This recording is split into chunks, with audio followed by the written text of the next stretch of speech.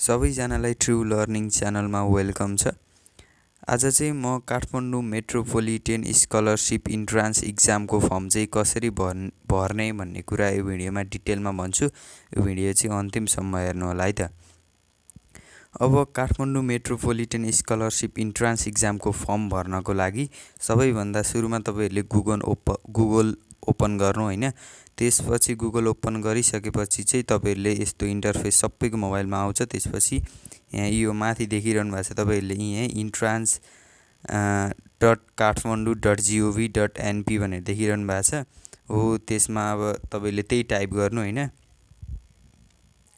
अब तपाईहरुले त्यो टाइप गरिसकेपछि चाहिँ तपाईको यो सुरुमा आउँछ यो kathmandu.gov.np अनि यहाँ तल entrance.kathmandu.gov.np भन्ने आछ नि हो। यस्तोमा चाहिँ तपाईले क्लिक गर्नुपर्छ है त।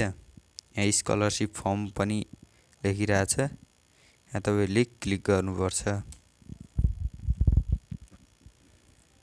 अब तपाईहरुले यहाँ क्लिक गरिसकेपछि यहाँ यस्तो काठमाडौँ महानगरपालिकाको यस्तो यो बोर्ड आउँछ। त्यसपछि तपाईले तल सार्दै जानुहुन्छ भने चाहिँ यहाँ लेखेको छ कक्षा 11-12 मा छात्रवृत्तिमा अध्ययन गर्न चाहने विद्यार्थीका लागि छात्रवृत्ति परीक्षाको अनलाइन आवेदन फारम भर्ना सम्बन्धी अत्यन्त जरुरी सूचना भनेर लेखेको छ।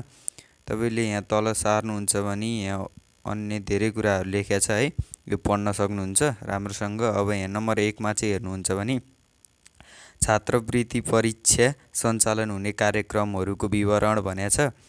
अब यो साइन्स म्यानेजमेन्ट यिनीहरुको सबैको लागि परीक्षा हुने मिति भनेछ। यी मिति भइहाल्यो, यही दुईटा कुरा चाहिँ यहाँ त्यहाँ छ हैन।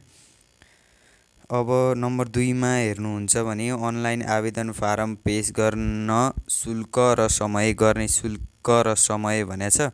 फारम पेश गर्ने अन्तिम मिति 2083 जेठ 10 गते राति 12 बजेसम्म भनेको है। यो 11:59 भनेछ। 12 बजेसम्म तपाईले फारम पेश गर्न सक्नुभयो।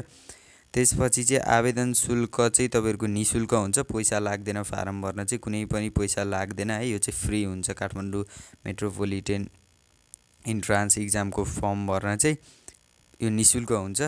अब नम्बर 3 मा हेर्नुहुन्छ भने विभिन्न कार्यक्रममा आवेदन दिन आवश्यक न्यूनतम योग्यता भनेछ। यो चाहिँ तपाईले के हुनु पर्यो भन्दाखेरि एसीमा चाहिँ ग्रेडेड भएको हुनु पर्यो, त्यही हो। अनि अब यहाँ भनेछ के चाहिन्छ भनेर कमा खमा गमा घमा यो सबै डिस्क्राइब गरेछ हैन। मैले यो अर्को अगाडिको भिडियोमा सबै भनिदिसकेको छु हैन, के चाहिन्छ के हो भनेर त।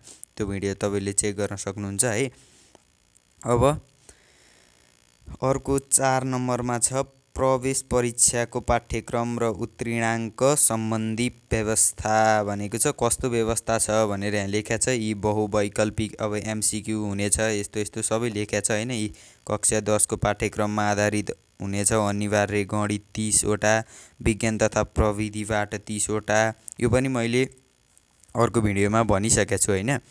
अब नम्बर 3 मा हेर्नुहुन्छ भने छात्रवृत्ति परीक्षा उत्तीर्ण हुन न्यूनतम 40% अंक प्राप्त गरेको हुनुपर्छ भनेछ। तपाईले 40 प्राप्त गर्नु भएन भने चाहिँ तपाईहरु चाहिँ फेल हुनुभयो है। त्यहाँ सिलेक्ट हुन त कुनै पनि चान्स भएन 40 प्राप्त नगरी त है। अब यसमा मेन यो एडभान्टेज भनेको चाहिँ बेनिफिट के छ भने यो इक्जाममा नेगेटिभ मार्किङ हुँदैन भने 4 नम्बरमा भनेछ। यही कुराहरु भयो। अब 5 नम्बरमा चाहिँ के भन्न खोजेको छ भन्दाखेरि तपाईलाई अझै यसको विस्तृत सूचनाका लागि यहाँ क्लिक गर्नुहोस् भनेछ। यो क्लिक भन्नेको ठाउँमा तपाईले क्लिक गर्नु भने चाहिँ अझै सबै त्यो यहाँ पीडीएफ नै आउँछ के, यो सबै लेखेको त्यो पीडीएफ तपाईले राम्रोसँग पढ्न सक्नुहुन्छ है त। अब चाहिँ यहाँ फर्म आउँछ हैन, तपाईहरुको फर्म आउँछ। यहाँ तल एप्लाई स्कलरसिप छ। तपाईले के गर्नुपर्छ भने पहिला यो चाहिँ सुरुको फेज हो है, यो चाहिँ सुरुको फेज हो। यो भरिसकेपछि अरु धेरै कुराहरु भर्नुपर्छ। सुरुमा तपाईहरुले चाहिँ अब एसी एपियर इयर भने है, यो चाहिँ यही भरेकै हुन्छ। सिम्बल नम्बर र अल्फाबेट हुन्छ नि, सिम्बल नम्बरको त्यो भर्नु पर्यो। डेट अफ बर्थ भर्नु पर्यो, जीपीए भर्नु पर्यो।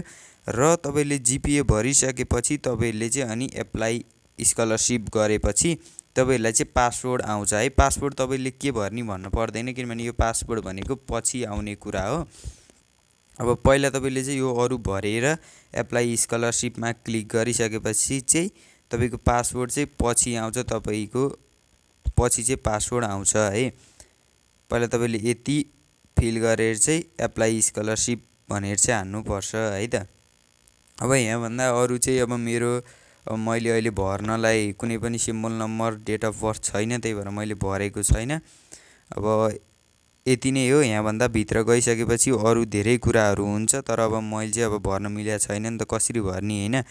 अब मैले इक्जाम दिने होइन, मैले फर्म भर्ने होइन, मेरो फर्म छैन, त्यही भएर चाहिँ तपाईँले चाहिँ अब इन्टर गरेर के माग्छ त्यही अनुसार भर्नु। भरेपछि अनि बल्ल तपाईँहरूको प्रवेश पत्र आउँछ है त। आजलाई चाहिँ यति नै।